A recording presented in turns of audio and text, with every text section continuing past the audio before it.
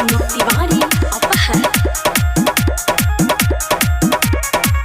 बोलिए शंकर भगवान की। बाबा नगरिया हमहू चलब राजा रउआ साथ में बाबा नगरिया हमहू चलब राजा रउआ साथ में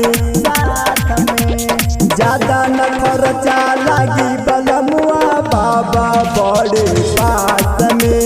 ज्यादा न खर्चा लागी बलमुआ बाबा बड़े पास में बाबा नगरिया हमहू चलब राजा रउआ साथ में ज्यादा न खर्चा लागी बलमुआ बाबा बड़े पास में ज्यादा न खर्चा लागी बलमुआ बाबा बड़े पास में डीजे अमित तिवारी अपहर। ज्यादा न खर्चा लागी बलमुआ बाबा बड़े पास में बाबा बड़े पास में सबे बाबा के कृपा से होला न हो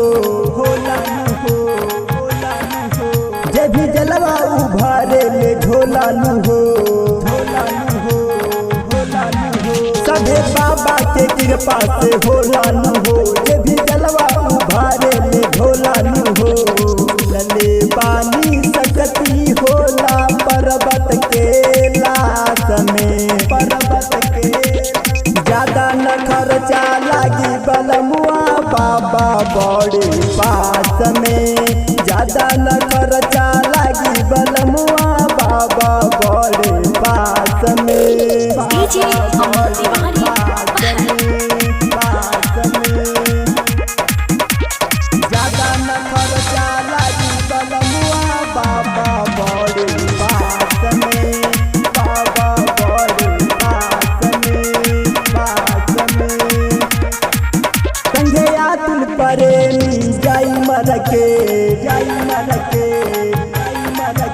असो बाबा से हमके करा दीना भेंट संगे आतुल प्रेमी जाई मर के असो बाबा से हमके करा दीना भेंट श्रद्धा से हमहू ढारब बलमुआ जलवा लेके हाथ में ज्यादा न खर्चा लागी बलमुआ बाबा बड़े पास में ज्यादा न खर्चा लागी बलमुआ बाबा बड़े